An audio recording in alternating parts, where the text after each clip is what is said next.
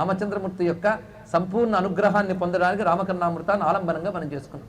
కనుక వాల్మీకి ఈ 3 అంశములు రామాయణంలో నిక్షిప్తం చేశాడు. 3 అంశములు, ఒకటి ధార్మికమైన అంశము, 2 ఉపాసనాపరమైన అంశము, 3 తత్వజ్ఞాన సంబంధమైన అంశము. మళ్ళీ చెప్తున్న ధార్మిక, ఉపాసన, జ్ఞానము. దీనికే భారతీయ సంస్కృతిలో 3 మాటలు చెప్తారు: కర్మ, ఉపాసన, జ్ఞాన మార్గములు. నేను కర్మజ్ఞాన భక్తి మార్గాలు అనడానికి నా మనస్సు ఒప్పుకోదు. ఎందుకంటే భక్తి అనే దాని అంశం వేరు, అది ఇప్పుడు సందర్భం కాదు, తర్వాత చూద్దాం. 3 మార్గములు: కర్మ, ఉపాసన, జ్ఞానము. ఈ 3 తీర్థానికి తీర్థం, ప్రసాదానికి ప్రసాదం కాకుండా ఒకదానితో ఒకటి అనుబంధం ఉన్నటువంటిదే అన్నారు ఇక్కడ. ఎంతవరకు మనకు దేహస్పృహ ఉందో అంతవరకు కర్మాచరణ చేయవలసిందే. కానీ కర్మాచరణ చేసినప్పుడు ఉండవలసిన ధర్మము, కానీ కర్మ అనగా ధర్మము అని చెప్తున్నారు ఇక్కడ. శాస్త్రము చెప్పినటువంటి నీకు విధించిన దాన్ని ఆచరించడం, నిషేధించిన దాన్ని వదిలిపెట్టడమే ధర్మము, అదే కర్మ అంటే. కానీ కర్మ అనగా అర్థం తెలుసుకున్నాం. కానీ కర్మ ధర్మమే కర్మ, ఇది తెలిసింది. అయితే ఎంత మనం ధర్మము కర్మ ఆచరిస్తున్నా మన ప్రతి కదలిక నియంత్రించేటువంటి వాడు పరమేశ్వరుడు. ఆ ఈశ్వర స్పృహ ఉండాలి మనకి. ఈశ్వర స్పృహ లేకుండా జీవించరాదు. నువ్వు ఎన్ని ధర్మాలు ఆచరించు, ఎన్ని కర్మలు ఆచరించు, ఈశ్వర స్పృహ ఉండాలి. ఈశ్వర స్పృహ ఎప్పుడు 2 రకాలుగా ఉంటుంది. ఒకటి, చేసేదంతా చేయించేదంతా ఈశ్వరుడే, నాదేమీ లేదు, ఇదొకటి.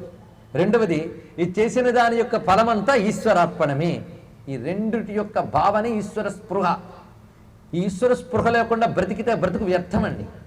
నిజంగా అలా బ్రతుకుతున్నామా లేదా పరిశీలించాలి మనం ఇక్కడ. అది ఈశ్వర స్పృహ.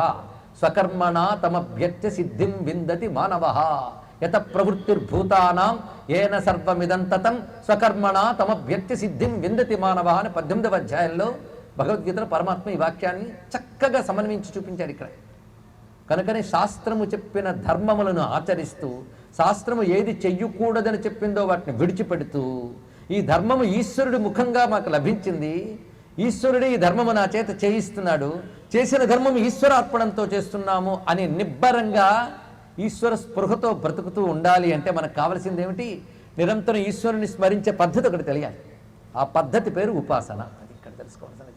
కానీ ఈశ్వరుని యొక్క నామము, రూపము, తత్వము మననం చేసుకుంటూ ఆయన నీ యొక్క అభీష్టమైన ఏ నామంతోనైనా, ఏ రూపంతోనైనా, ఏ తత్వముతోనైనా పరమేశ్వరుని యొక్క దివ్యమంగళ విగ్రహములు ఏవి శాస్త్రము విధించిందో వాటిని ఉపాసిస్తూ ఈశ్వర స్పృహ కలిగి ఉండాలి. కనుక ఉపాసన అంటే ఈశ్వర స్పృహ మనలో పెంచేది ఉపాసన. ఇది తెలుసుకోవాలి. ఉపాసనకు పరమార్థం అది. మన అహంకారం అణిగిపోవాలి క్రమక్రమంగా. అది ఉపాసన పరమార్థం.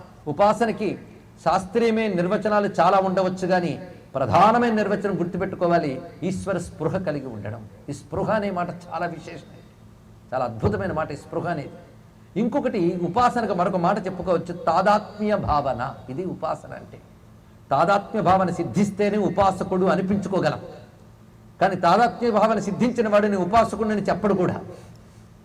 ఇంకా చెప్పుకు తిరుగుతున్నాడంటే వాడికి తాదాత్మ్య భావన కలగలేదని అర్థం.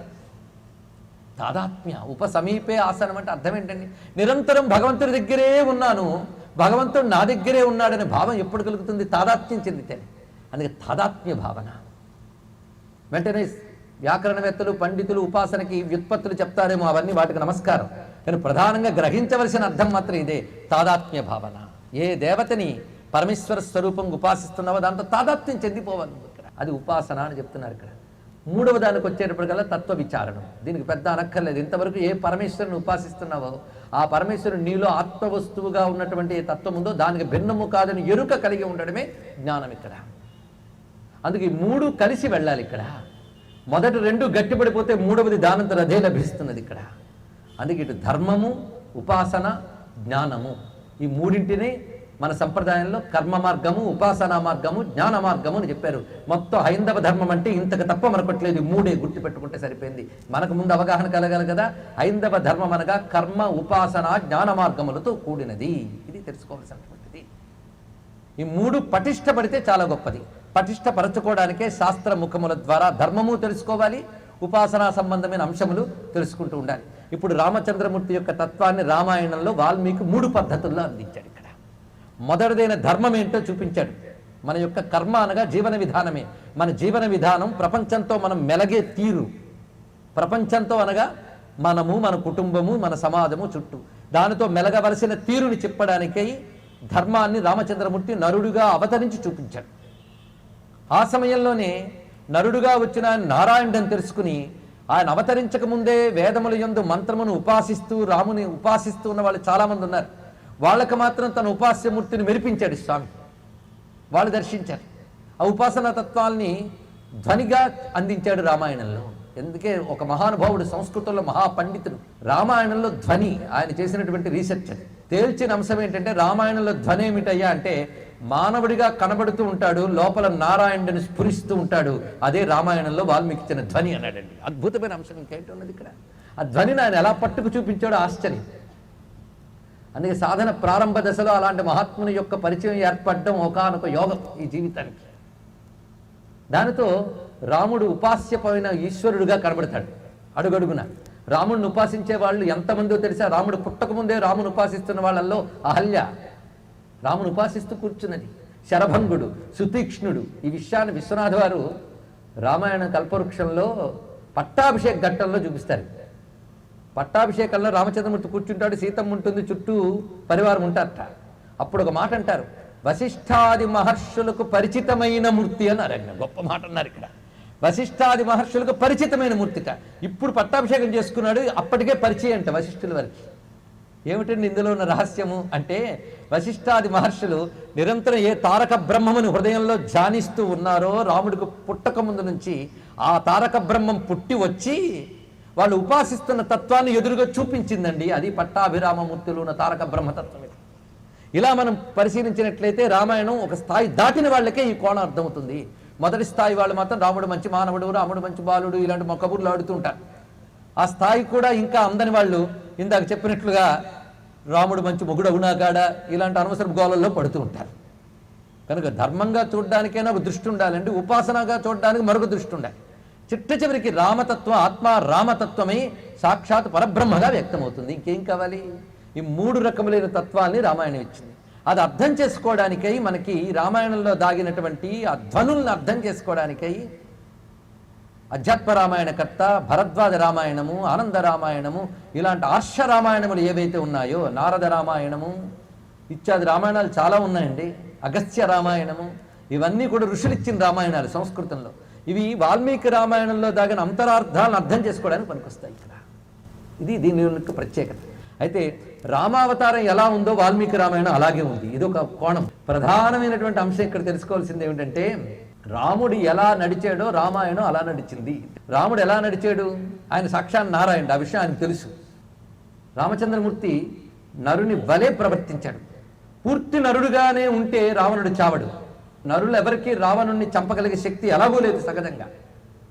పూర్తి నారాయణుడిగా ప్రకటించడానికి లేదు. అందుకే నారాయణత్వాన్ని లోపల దాచుకుని నరత్వాన్ని ప్రకటించాడు. అలాగే మొత్తం నడిచిందండి రామాయణం చివరి వరకు. కనుక బయటకు కనబడుతుంది నరత్వం, లోపల దాగి ఉందంతా నారాయణత్వం. ఆ లోపల దాగిన నారాయణ తత్వాన్ని పరిశీలించిన మహానుభావులు ఎవరయ్యంటే ఋషులు.